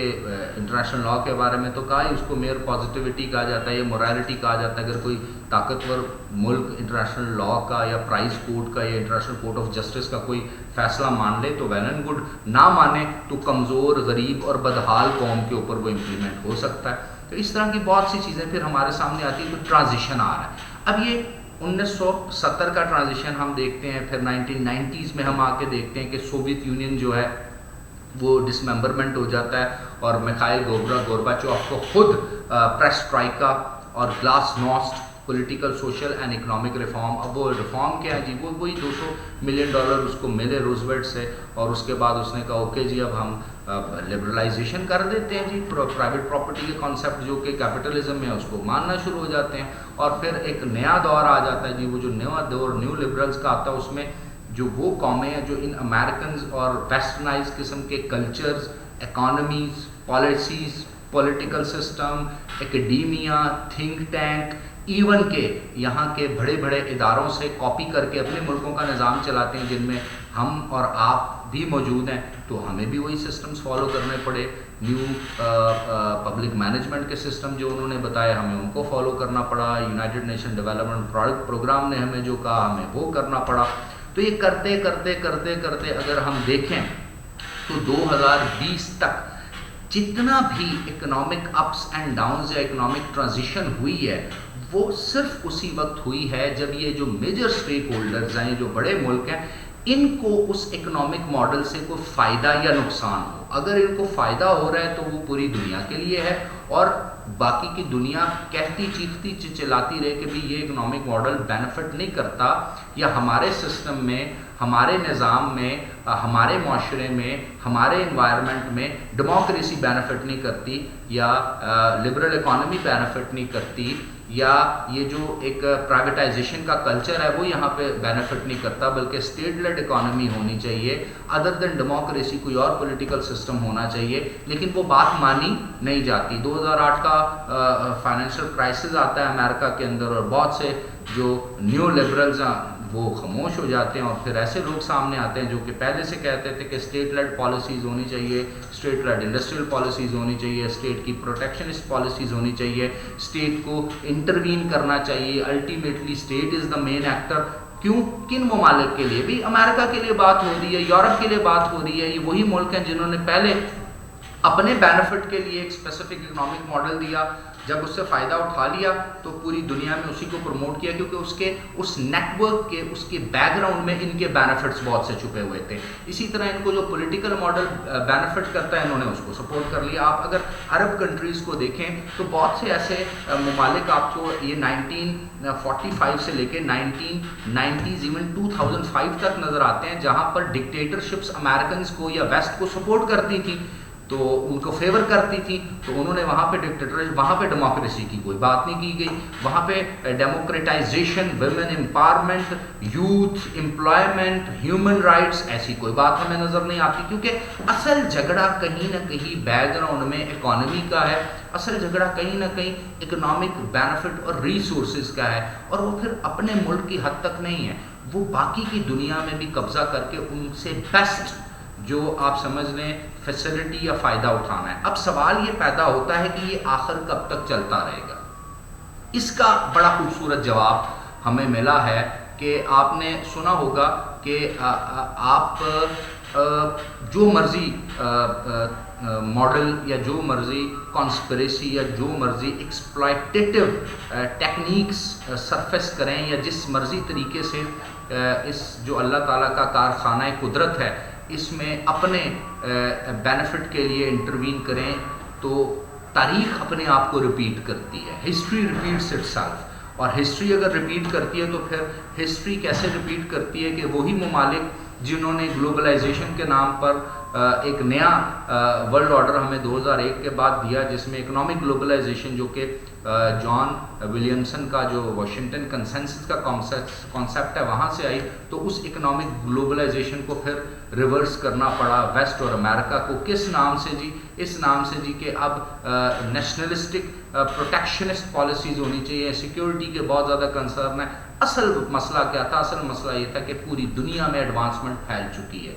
پوری دنیا میں ٹیکنالوجیکل ٹرانسفارمیشن ہو چکی ہے، ایک بہت بڑا ریولوشن آیا ہے. اس ایکسپلائٹیشن کی پالیسیز کو فالو کرتے کرتے یا اس کو اڈاپٹ کرتے کرتے وہ جو میجر اسٹیک ہولڈرز تھے وہ کہیں نہ کہیں لیک کر گئے، اور ریسٹ آف دا ورلڈ میں ایک جس کو کہتے ہیں نا ایک ایکڈیمک اور ایڈوانسمنٹ اور ٹیکنالوجیکل ریولوشن آیا کہ ان ممالک کی جن ممالک میں صرف ایک لیبر فورس ہوتی تھی یا وہ سیگمنٹ ہوتا تھا سوسائٹی کا جنہوں نے اپنی سروسز سیل کرنی ہوتی تھی، اس مارکیٹ میں ایسے ملک کچھ سامنے آئے جنہوں نے اس کیپٹلسٹک ماڈل کو سمجھنے کے بعد کاپی کیا، اور انہی کیپٹلسٹک کنٹریز کو اپنی مارکیٹ بنا لیا. اور اس میں کون ہے جی؟ اس میں دی گریٹ چائنیز جائنٹ ہمارے سامنے آیا. ایک ایسی اکانومی ہمارے سامنے آئی اور 1980s کے بعد، اور آج اس کو 41 سال ہو گئے ہیں چائنیز اکانومیز کو، جو کہ ایسی اکانومی جو اوپر کی طرف جا رہی ہے. اور یہ کون سی اکانومی ہے جی؟ یہ اسٹیٹ لیڈ اکانومی ہے. یہ ایسی اکانومی ہے جس میں مارکیٹ فورسز کا کوئی خاص کردار یا رول نہیں ہوتا. ہاں اس حد تک مارکیٹ فورسز کا ہوتا ہے جس میں ایکسپورٹ زیادہ سے زیادہ کی جائے, جس میں جو ملک ہے اس کو بینیفٹ دیا جائے, جس میں پوری دنیا کے جو کیپٹلسٹک کنٹریز ہیں ان کو ٹف ٹائم دیا جائے. یہاں تک کہ چائنا نے بجائے اپنے ملک کی انڈسٹری کو پروموٹ کر کے باہر ایکسپورٹ کرنے کے, باہر کے انہی ویسٹرنائز کنٹریز میں انویسٹمنٹ کرنا شروع کر دی, بلین ڈالرز کی انویسٹمنٹ کر لی, بڑی بڑی کمپنیز کو آن کر لیا, ان کے شیئر لے لیے, اور اسی طرح سے جس طرح سے ایک network of evil west نے پوری دنیا میں بچھایا ہوا تھا ریسورسز کو ایکسپلائٹ کرنے کا, چائنا نے نیٹ ورک آف کمپٹیشن بچھا دیا, کیونکہ دنیا تو اب کنزیومر مارکیٹ بن چکی ہے, ہمارا آپ کا کنزیومر بیہیویئر تو ڈیولپ آلریڈی کیپٹلسٹ کر چکے ہیں. تو چائنا نے کہا اب اس کنزیومر بیہیویئر کا فائدہ اٹھاؤ اور ایسی چیزوں کو, ایسی پروڈکٹس کو بنایا جائے جس سے زیادہ سے زیادہ ریسورسز اسی دنیا کے آئیں, چاہے وہ را مٹیریل میں آتا ہے, چاہے وہ انٹرنیشنل آپ کی جو اکانومی, آپ کا جو کرنسی کو اسٹرانگ کرنے کی صورت میں ایکسپورٹ کر کے پیسہ کمانے کی صورت میں آتا ہے, چاہے وہ باہر کی دنیا کی جو ٹیکنالوجی ہے اس کو اپنے ملک میں لا کر کے اس سے اپنے بینیفٹ جنریٹ کرنے میں آتا ہے, چاہے وہ ملٹری مائٹ یا ففتھ جنریشن وارفیئر کے آج کے اس دور میں دنیا کو اکنامک پوائنٹ آف ویو سے بھی, پولیٹیکل پوائنٹ آف ویو سے بھی, اور ملٹری پوائنٹ آف ویو سے بھی, اسٹریٹجک پوائنٹ آف ویو سے بھی اپنے کنٹرول میں کرنے کا ماڈل ہو, تو چائنیز نے پھر اس کو فالو کیا. اب سوال یہ پیدا ہوتا ہے کہ اس طرح کی کمپلیکس پولیٹیکل اکانومی میں پاکستان جیسے ممالک کی ڈیولپمنٹ کیسے ہو سکتی ہے. تو یہ یاد رکھیے گا کہ جن ممالک نے کیپٹلزم جیسی اکنامک ماڈل ہمارے جیسے انڈر ڈیولپڈ اور ٹرانزیشن فیز سے گزرنے والے ممالک کو دیے, انہوں نے اس کیپٹلزم کے ساتھ ہمیں کولونیل مائنڈ سیٹ بھی دیا, افسر شاہی بھی دے دی, اور ایک کلچر بھی دے دیا کہ جس میں ہمارے ممالک کے اندر کرپشن ہو, جس میں ہمارے ممالک کے اندر جو کرپٹ فورسز ہیں وہی پاور انجوائے کریں, وہی پالیسی میکنگ کریں, وہی پالیسی ایگزیکیوشن کریں, اور وہی میکسیمم بینیفٹ کریں. یعنی اگر آپ انٹرنیشنلی امریکن یا ویسٹرن کنٹریز کو سمجھتے ہیں کہ انہوں نے باقی کی دنیا کے کمزور ممالک کو ایکسپلائٹ کیا ہے اکنامیکلی بھی اور پولیٹیکلی بھی, بالکل وہی ماڈل ہمارے جو جیسے ممالک انڈیا, پاکستان, بنگلہ دیش یا جتنے بھی انڈر ڈیولپ کنٹریز ہیں یا جو کچھ حد تک ڈیولپنگ کی طرف جا رہے ہیں, وہاں کی چاہے پولیٹیکل ایلیٹس ہوں, چاہے بزنس ایلیٹس ہوں, چاہے وہاں کا وڈیرا شاہی نظام ہو, انہوں نے بھی بالکل انہی ماڈلز کو کاپی کیا, اور کاپی کر کے وہی ایکسپلائٹیٹیو اکنامک ماڈل جو ہیں وہ اپنے اپنے انڈیویجول جو جہاں جہاں ان کی طاقت تھی اس کے اکارڈنگلی انہوں نے ان کو امپلیمنٹ کیا, اور اپنے جو ریسورسز ہیں ان کو میکسیمائز کیا. آج کی دنیا میں بھی آپ دیکھتے ہیں, آج کے پاکستان میں بھی آپ دیکھتے ہیں کہ آپ کے ملک میں پیٹرول کی پرائسز کہاں پر ہیں, آپ جب کہیں جاب کے لیے جاتے ہیں تو آپ کو سیلری کیا آفر کی جاتی ہے, یا اس کے ساتھ ساتھ آپ کے پاس آگے فیوچر میں گرو کرنے کی اپرچونیٹیز کہاں ہیں. تو جو 80% سے زیادہ عوام ہے یا اسپیشلی جو یوتھ ہے اس کو بہت کم ذرائع نظر آتے ہیں, حالانکہ ملک کے اندر ریسورسز بہت زیادہ ہیں, اپرچونیٹیز بہت زیادہ ہیں, بٹ انفارچونیٹلی وہ جو نیٹ ورک ہے اس کو جو ایگزیکیوٹ کرنے والی پارز اس وقت بھی اس ملک میں موجود ہیں وہ بالکل اسی انٹرنیشنل ماڈل کے اکارڈنگلی ہیں جو انٹرنیشنل ماڈل پوری دنیا کو ایکسپلائٹ کر رہا ہے. اور یہی ایک وجہ ہے کہ میں اور آپ ایک عجیب و غریب سی سکسیس کے لیے اسٹرگل کرنے کے لیے مجبور ہوتے ہیں, جو کہ اگر آپ کسی بھی صورت اپنے کاؤنٹر پارٹس کو ویسٹ میں دیکھیں, اپنے جیسے لوگوں کو یا اپنے جیسے آئی کیو کے لوگوں کو ویسٹ میں دیکھیں تو ان کو وہ اسٹرگل نہیں کرنی پڑتی, جو کہ انفارچونیٹلی ابھی آپ کو جب آپ یہ ڈگریز حاصل کریں گے تو مارکیٹ میں جب آپ جائیں گے, سوسائٹی میں جب آپ جائیں گے تو آپ کو کرنی پڑے گی. اس سے نتیجہ کیا نکل سکتا ہے؟ ظاہر ہے 100 ایئرز آف اکنامک ٹرانزیشن ہے, تو اسٹوڈنٹس اس سے نتیجہ, چونکہ میں نے آپ کو آغاز میں لیکچر میں کہا تھا کہ میں اپنی رائے کا بھی اظہار کروں گا, میں یہ سمجھتا ہوں کہ وہ قومیں جو کمٹمنٹ کے ساتھ اپنے نیشنل انٹرسٹ کو پرسو نہیں کرتی ایز اے ہول, قوموں کا ذکر ہو رہا ہے یہاں پر کسی ملک کی ایک اسپیسیفک کلاس کا ذکر نہیں ہو رہا، قوموں کو خود انیشیٹو لینا پڑتا ہے. تو وہ جو قومیں وہ اپنے نیشنل انٹرسٹ کے لیے کسی ایک جگہ پر کھڑی نہیں ہوتی، ایک ایجنڈے پہ کھڑی نہیں ہوتی، ان کی آنے والی نسل اسی طرح ایکسپلائٹ ہوتی رہتی ہے. نمبر 2، وہ قومیں جو ریاستی ادارے مضبوط ریاستی ادارے نہیں بنا سکتی،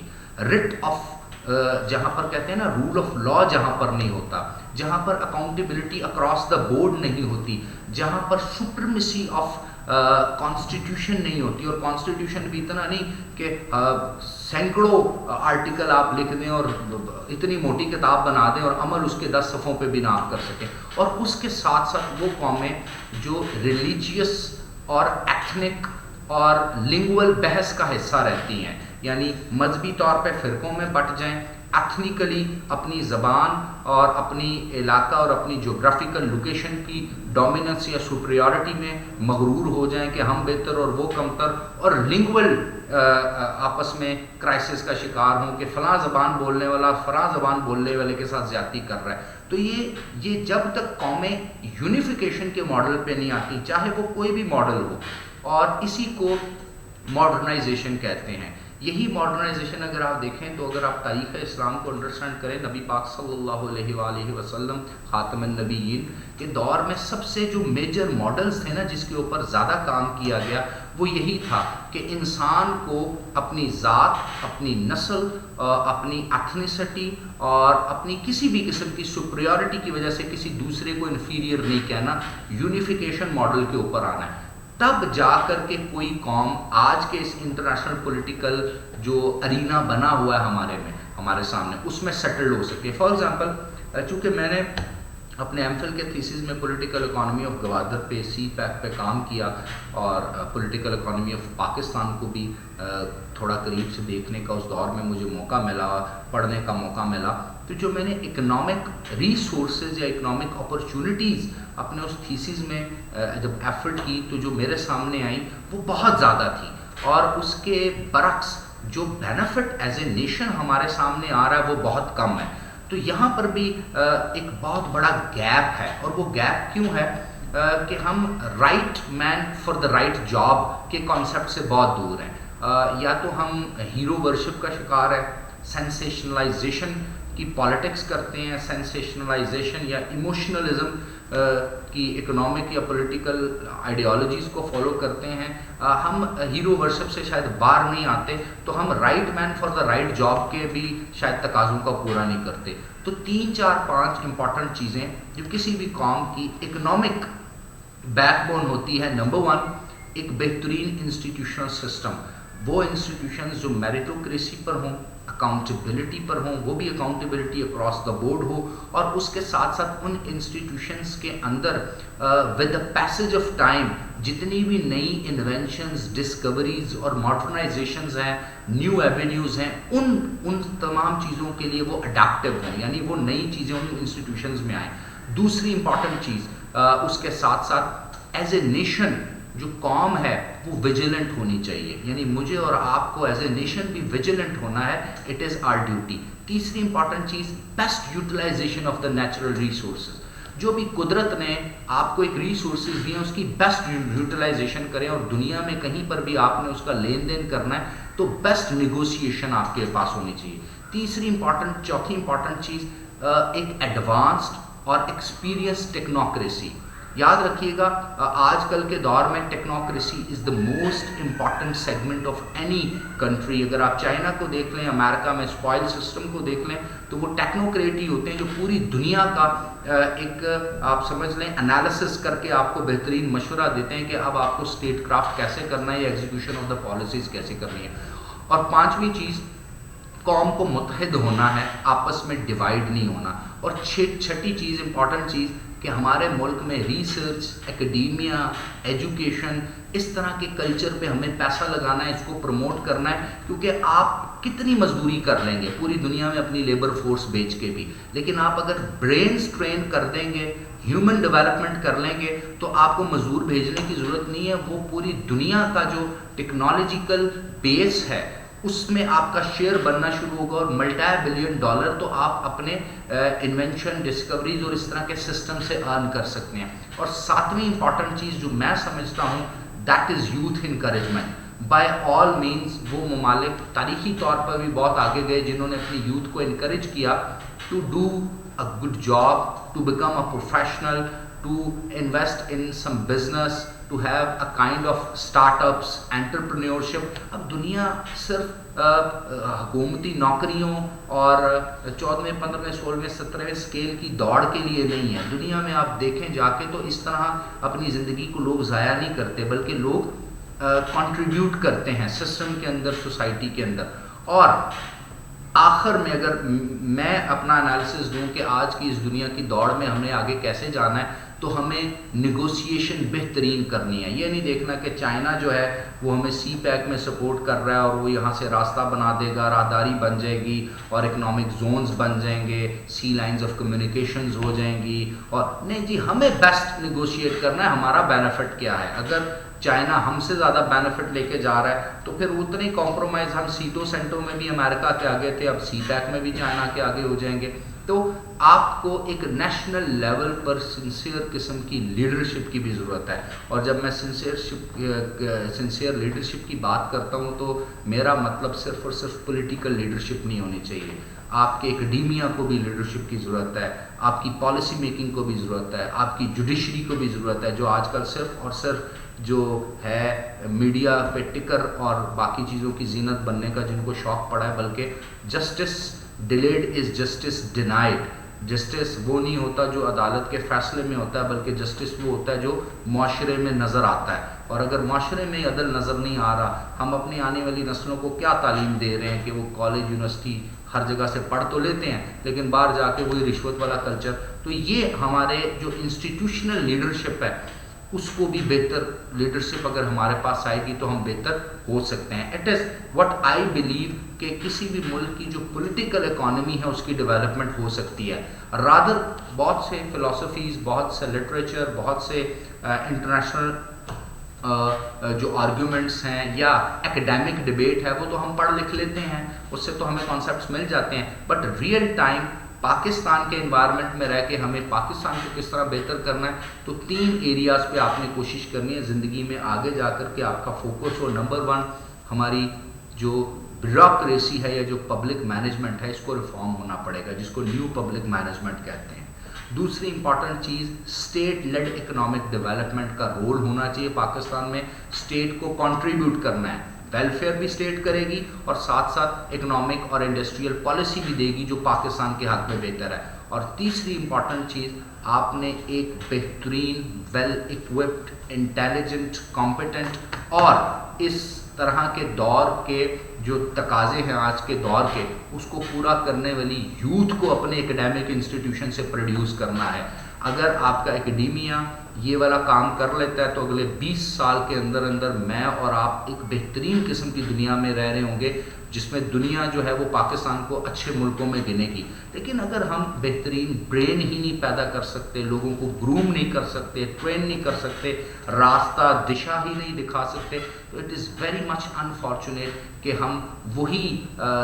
ایک ٹریڈیشنل قسم کے پروفیشنل پیدا کر رہے ہیں جو اپنی زندگی میں پہلے 15-20 سال آگے جا کے دھکے کھائیں گے, اس کے بعد وہ مارکیٹ کو سمجھ سکیں گے, اس کے بعد وہ جاب کو سمجھ سکیں گے, اور تب تک میرے خیال سے انرجی اتنی باقی نہیں رہتی کہ آپ سوسائٹی کے لیے کچھ کنٹریبیوٹ کریں. So it is all from my side. ایک 100 سال کی جرنی تھوڑی بہت میں نے آپ کو ہسٹوریکل پرسپیکٹو میں سمجھانے کی کوشش کی, اور اس کے ساتھ ساتھ میں نے کوشش کی کہ میں اپنا پوائنٹ آف ویو بھی آپ کے ساتھ رکھوں. اب ہوگا یہ کہ ابھی کلاس کو کوئی چھوڑے گا نہیں, جتنے لوگ ہمارے ساتھ اس وقت موجود ہیں میں سب سے ان کی رائے بھی لوں گا کہ ان کی کیا رائے ہے پاکستان کے پولیٹیکل اکانومی سے ریلیٹڈ. جی انیکا منیر. جی سر. چیئر لے آؤ. جی انیکا, اگر آپ سو نہیں رہی تھیں تو بتائیے گا جی آپ کی کیا رائے ہے. سر میں سو نہیں رہی تھی, میں نے آپ کا سارا لیکچر سنا ہے. نہیں میں اسی لیے کہہ رہا ہوں نا کہ اگر آپ سو نہیں رہی تھی تو پھر آپ بتا سکتی ہیں پلیز. سر آپ نے جو کہا ہے وہ صحیح کہا ہے. یہاں پہ پبلک مینجمنٹ بھی ہونی چاہیے, اسٹیٹ لیڈ اکنامک ڈیولپمنٹ بھی ہونی چاہیے, اور ویل اکوپڈ انٹیلیجنٹ یوتھ کو بھی پروڈیوس کرنا چاہیے تاکہ پاکستان میں ڈیولپمنٹ ہو سکے. ٹھیک ہے, تو جو یہ جو آپ کو اکنامک 100 ایئر کی سٹوری آج میں نے آپ لوگوں کے ساتھ ڈسکس کی, 100 ایئرز آف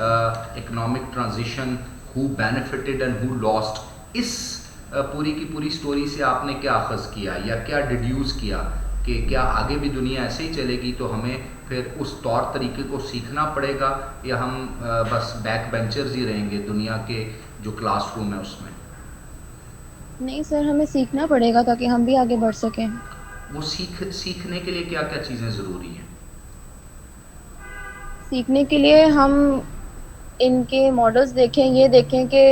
مطلب کہ جس طرح آپ نے بتایا کہ بینیفٹ صرف انہی کو ہو رہا ہے, تو ہم یہ چیز دیکھیں اور اس کے بعد اس سے ہمیں اس سے کچھ سیکھنا چاہیے. تو اور اس کے بعد اپنے ملک میں ہمیں کیا کرنا چاہیے؟ اپنے ملک میں ہمیں یہ تینوں پوائنٹس فالو کرنے چاہیے جو آپ نے اینڈ پہ بتائے ہیں. ٹھیک ہو گیا جی. رابعہ سہیل, آپ کی ان پٹ چاہیے مجھے. آپ بڑے عرصے بعد آئی ہیں, 2-3 کلاسوں میں آپ میرے خیال سے شاید ایبسنٹ بھی تھی. وعلیکم السلام ورحمۃ اللہ. جی سر, جی بیسیکلی اگر ہم اکنامک ڈیولپمنٹ چاہتے ہیں تو وہی والے ماڈلس جو ویسٹ میں فالو کیے ہم انہی کو فالو کریں, لیکن کلونیل مائنڈ سیٹ کے ساتھ نہیں, جیسے کہ انہوں نے ہمارے اندر ایک ڈال دیا ہوا ہے, ایک لائک سرونٹس بنا کے جو ہمیں انہوں نے چلایا ہے, اور اسی مائنڈ سیٹ کے ساتھ انہی کے دیے ہوئے مائنڈ سیٹ کے ساتھ ہم چل رہے ہیں. تو ہمیں یہ چاہیے کہ ہم اپنی ذرا تھوڑی سی عقل کو لڑا کے انہی نے جن ماڈلس کو فالو کر کے ڈیولپمنٹ کیا انہیں سے ہم بھی فائدہ اٹھائیں. مطلب آپ یہ کہنا چاہ رہی ہیں کہ آپ اب ہم ایز اے نیشن اور اسٹیج پہ آ گئے ہیں کہ دنیا میں جو اکنامک ڈیولپمنٹ ہے, جو ٹیکنالوجیکل ڈیولپمنٹ ہے, جو پبلک مینجمنٹ کے ایونیوز ہیں, پبلک پالیسی کے ایونیوز ہیں, گورننس کے ایونیوز ہیں, لا انفورسمنٹ ایجنسیز کے ایونیوز ہیں, جسٹس کا نظام ہے, جو دنیا کے بہترین ماڈلز ہیں, اس کو ایمانداری سے اپنے ملک میں اب اس کے لیے انسانوں کی طرح اس کو پریکٹیکلی امپلیمنٹ کرنے کے لیے ایک ویژن لے کے چلیں. ایگزیکٹلی, اپنی ریفارم کریں, جیسے آپ نے بولا کہ بیوروکریسی کو ریفارم کریں, اپنی یوتھ کو اتنا قابل بنائیں کہ وہ آگے جا کے ڈیولپمنٹ اور ریسرچ کی طرف جا سکے, بجائے اس کے کہ ٹریڈیشنل اپروچ جو انہوں نے اڈاپٹ کی ہوئی ہے اس سے ہٹ کے ذرا کام کریں. تو رابعہ یہ کرے گا کون؟ کیونکہ ہمارے اس وقت اوپر جتنی بھی ایلیٹ بیٹھی ہے, ڈیسیژن میکنگ ایلیٹ بیٹھی ہے, وہ تو اس طرح سے نہیں سوچ رہی. ان کے تو یورپ میں ہی بچے پڑھتے ہیں, وہیں ان کے گھر ہیں, وہیں ان کا نظام ہے, تو وہ ہمارے لیے یہ سب کچھ کیسے کریں گے؟ یہ کرے گا کون؟ سر یہ پھر آپ جیسے جو اکیڈیمیا میں بیٹھے ہوئے ٹیچرز ہیں ان کا یہ رول بڑا کرٹیکل ہو سکتا ہے اس چیز میں. وہ اگر اپنا رول اچھا پلے کرتے ہیں, اکیڈیمیا میں اگر ہم دیکھتے ہیں تو ان کا رول بڑا کرٹیکل ہوتا ہے, یہ اپنا رول پلے کریں اور ایسی یوتھ کو آگے آئیں. نہیں, میرا ماننا تو یہ ہے کہ یہ آپ کا جواب اس کی جگہ یہ ہونا چاہیے تھا کہ ایون دو ہم ایک ڈیموکریسی والے سسٹم میں, پولیٹیکل سسٹم میں ہیں, ایک ڈیموکریٹک ماڈل میں ہیں, تو اس میں پھر ہم اس ڈیموکریٹک نظام کو یا اس ڈیموکریٹک پارٹی کو سپورٹ کریں جو میرے اور آپ کے اور دنیا کے بہترین لوگوں کے خیالات کے اکارڈنگلی کام کر رہی ہے, کرنا چاہتی ہے یا کر سکتی ہے. اس میں تو آپ بھی کنٹریبیوٹ کر سکتے ہیں, لوگوں کو سوشلائز کر سکتے ہیں, اور پھر ایز اے اسٹوڈنٹ میں اور آپ اپنا ان پٹ دے سکتے ہیں کہ جب ہمیں موقع ملے پڑھنے لکھنے کا تو ہم پھر دل و جان کے ساتھ تعلیم حاصل کریں. کیونکہ دیکھیں نا, باتیں کرنا تو آسان ہے, پرفارم بھی تو کرنا ہے نا, تو ہم پرفارم کرنے کے لیے بھی کیا تیار ہے کہ نہیں؟ سر ایز اے نیشن جیسے ہمارا بلڈ اپ ہو چکا ہوا ہے اس میں تو ہم تیار نہیں ہیں. ہم جس طرح چل رہے ہیں ہم اسی میں خوش ہیں اور جائے جا رہے ہیں کہ بس ہمیں ایک اگر ہم اپنا دیکھتے ہیں, اگر آج کی یوتھ کا دیکھتے ہیں تو کیا مین ایم ہے؟ صرف یہ کہ ہم اپنی ماسٹرز کمپلیٹ کر رہے ہیں, کوئی کمپٹیٹیو ایگزام میں بیٹھ رہا ہے, ایٹ دا اینڈ کیا ہے کہ ہمیں 17 گریڈ کی ایک نوکری مل جائے گی اور تھوڑے بہت پیسے کما لیں گے. ایگزیکٹلی. لیکن اگر نیشن بلڈنگ کی طرف دیکھیں تو کسی کا بھی رجحان نہیں ہے. نہیں, تو نیشن بلڈنگ کا رجحان تو پھر اسکول, کالجز اور یونیورسٹی سے ہی چلتا ہے نا, جب آپ پڑھتے ہیں لکھتے ہیں. کہ اکیڈیمیا کا اس میں رول بہت کرٹیکل ہے, بہت امپورٹنٹ ہے. چلے زبردست, بڑے اچھے آپ نے ویوز دیے. فرقان امتیاز جی, آپ کا پوائنٹ آف ویو بھی ہمیں مل جائے تھوڑا سا. جی سر, پہلے تو میں یہ کہوں گا کہ میرے خیال سے ایک کنسیپٹ سب ہم نے پڑھا تھا, نیو فنکشنلزم.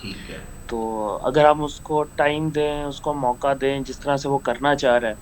ایک تو اگر ویسے میں کو پارلیمنٹری سسٹم یا اس کے زیادہ خلاف نہیں ہوں, لیکن میرے خیال میں جو پاکستان ہے اس کو سوٹ کرتا ہے کنٹرولڈ ڈیموکریسی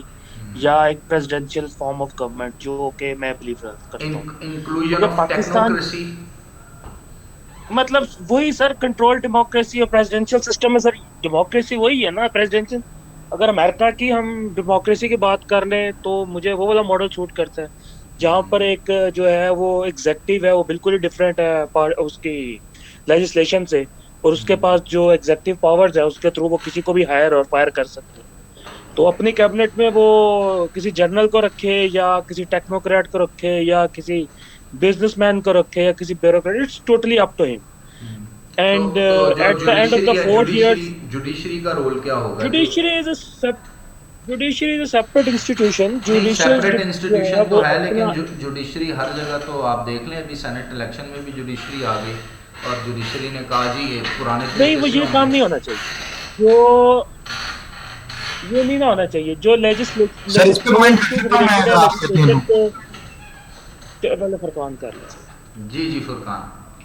سر جوڈیشری پھر بیسیکلی جوڈیشری کے پاس پاورز تو ہے نا. اگر سینٹ کے الیکشن کی بات کرتے ہیں کہ انہوں نے ان سے ایڈوائز تو مانگی گئی ہے اور ایڈوائزری اوپینین تو وہ دے سکتے ہیں. نہیں تو میرے بھائی پھر جوڈیشری کو وہ جو پرنٹنگ کرنی تھی 1500 کے قریب وہ ٹوٹل ٹکٹس ایشو ہوتی ہیں اور اس کے پیچھے وہ بار کوڈ لگا دیتے ہیں. کتنے ایک رات کا کام تھا, کیوں نہیں کرنے دیا؟ سر ویسے تو انہوں نے ای سی پی کو انسٹرکشنز دے دی تھی, انہوں نے اپنے اوپر یہ بات نہیں لی, لیکن ایک دن پہلے سر ڈیسیجن آ رہا ہے صرف آپ کا, اوپر سے گورنمنٹ اور اپوزیشن کا اتنا پریشر تھا. لیکن آپ مجھے اس سوال کا جواب دینا کہ ہمارے ملک میں بہت سے ایسے کام ہوئے ہیں جو رات 2 بجے اناؤنسمنٹ ہوئی اور صبح اس پہ اس کام کو ایگزیکیوٹ کر دیا گیا ہے, اور بہت سی چیزوں پہ سو موٹو نوٹسز بھی لیے گئے ہیں. تو جب نیشنل انٹرسٹ کی باری آتی ہے تو تب ادارے کہاں پہ ہوتے ہیں؟ تو اس میں آپ کہہ سکتے ہیں کہ پھر کلیش آف انٹرسٹ آ جاتے ہیں ہر اسٹیٹ کا, ایگزیکٹو جوڈیشری اور تو پھر کیا بنے گا پاکستان کا؟ آپ کا فیوچر کیا ہے پھر؟ فرقان امتیاز کا فیوچر کیا ہے؟ سر وہی جو شرجیل نے بات کی ہے کہ اکانومی کے جو کچھ پرسپیکٹو ہیں, کچھ اسپیکٹس ہیں جو ہم نے ابھی تک ایکسپلور نہیں کیے, ان کو ٹرائی کر کے دیکھ لیتے ہیں. ٹورزم آ گیا, اس کے علاوہ جو باقی چیزیں ہیں, اب سی پیک آ رہا ہے, تو یہ چیزیں ٹرائی کر کے دیکھ لیتے ہیں. مے بی ہم اکانومیکلی گرو کر لیں, اور اگر اکانومی گرو کر گئی تو مے بی ہم پولیٹیکلی. ان تمام کو امپلیمنٹ کرنے کے لیے سب سے پہلے تو انٹینشن پازیٹیو ہونی چاہیے نا, کہ ہم ملک کو ہی آگے لے کے جانا چاہ رہے ہیں. انٹینشن پازیٹیو, اور ایک ڈبیٹ جو میرے خیال سے ختم ہو جانی چاہیے نیوز چینلز پہ اور ہماری پارلیمنٹس میں, that is military take over. ختم ہو جانی چاہیے بات کہ ملٹری آ جائے گی. یہ اس کنٹری نے بہت ملٹری دیکھ لی ہے, تو اب اس گنجائش کمپرومائز بنتا نہیں ہے اس چیز کا. نہیں, وہ تو باجوہ ڈاکٹرائن کے بعد ملٹری آ بھی نہیں رہی نا. ملٹری تو اب ملٹری کے فرنٹ پہ آ کے لیڈ کرنے کے حق میں نہیں ہے, وہ تو بیک اینڈ پہ ہی باجوہ ڈاکٹرائن اگر آپ پوری آپ پڑھیں تو آپ کو چیزیں سمجھ آئیں گی. جی شرجیل آپ کچھ کہہ رہے تھے. ہاں جی, میں سر کہہ رہا تھا کہ میں کہہ رہا تھا کہ جو انسٹیٹیوشنز ہیں, جو میں کنٹرول ڈیموکریسی کی میں بات کر رہا تھا یا ایک پریزیڈنشیل فارم آف گورنمنٹ کی میں بات کر رہا تھا, because at the end of 4 years at least we know who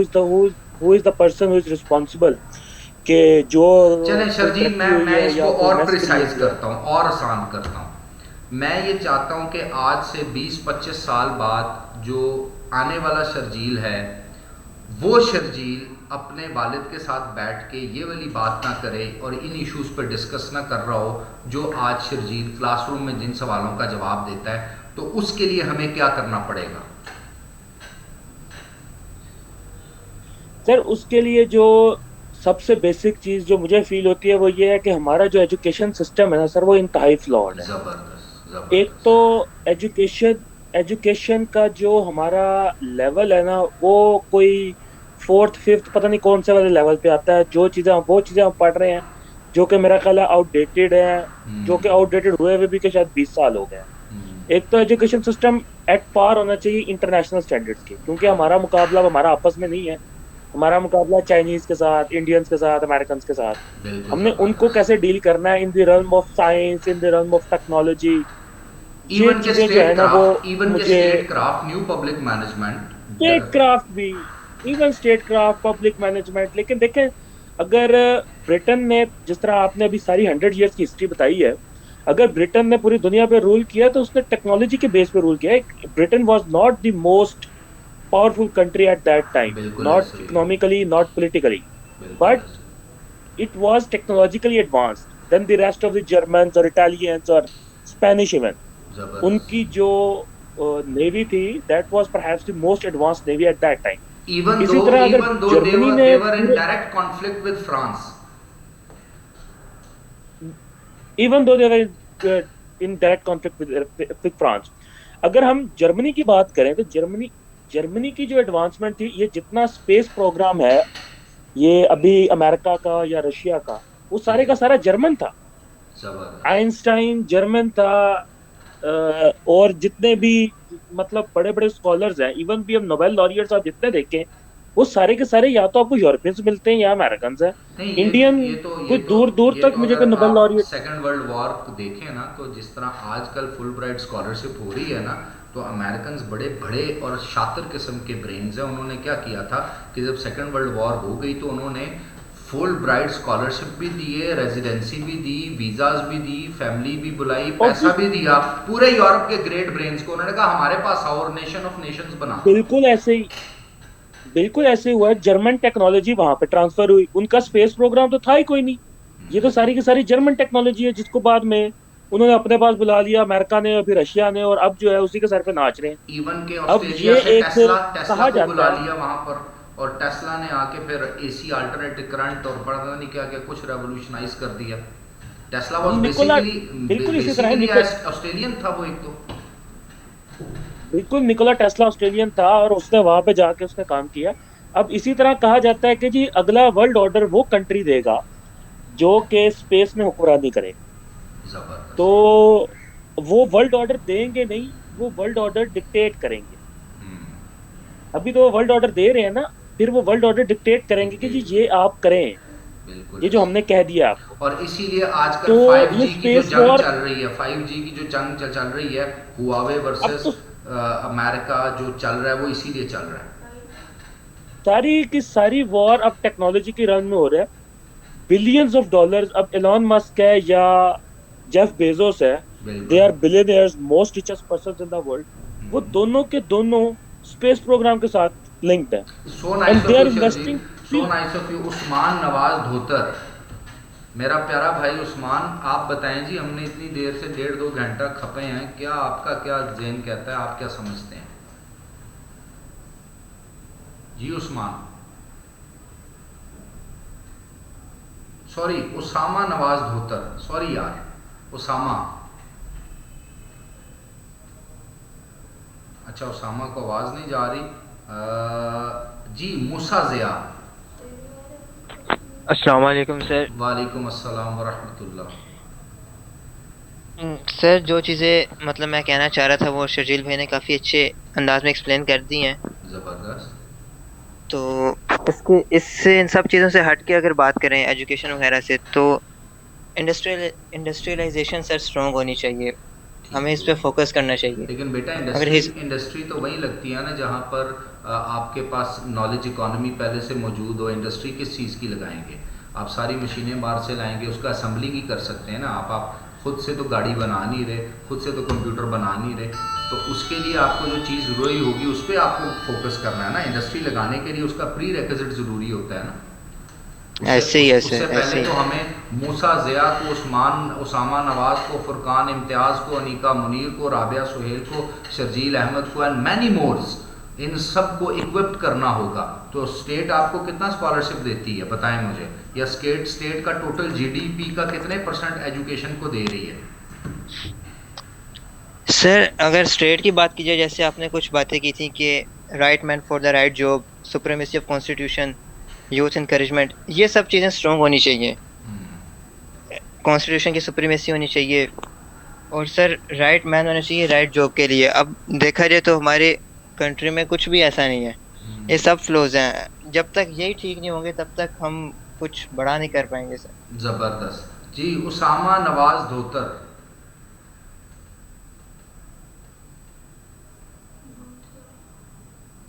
Usama جو ہے نا یہ آج پکڑا گیا. چلیں جی آج کے لیے اتنا ہی. Wish you best of luck. Thank you very much again. آپ لوگوں کا بڑا شکریہ کہ آج اپیرنٹلی آپ لوگوں کا شاید تھکے ہوئے تھے آپ اور اسپورٹس آپ نے گالا انجوائے کیا ہے, لیکن پھر بھی میں نے چونکہ کمٹمنٹ آپ لوگوں سے کی ہوئی ہے کہ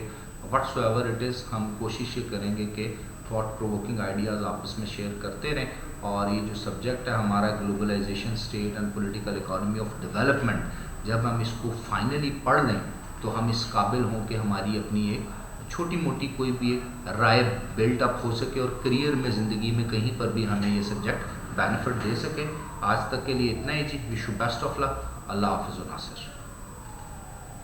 اللہ حافظ.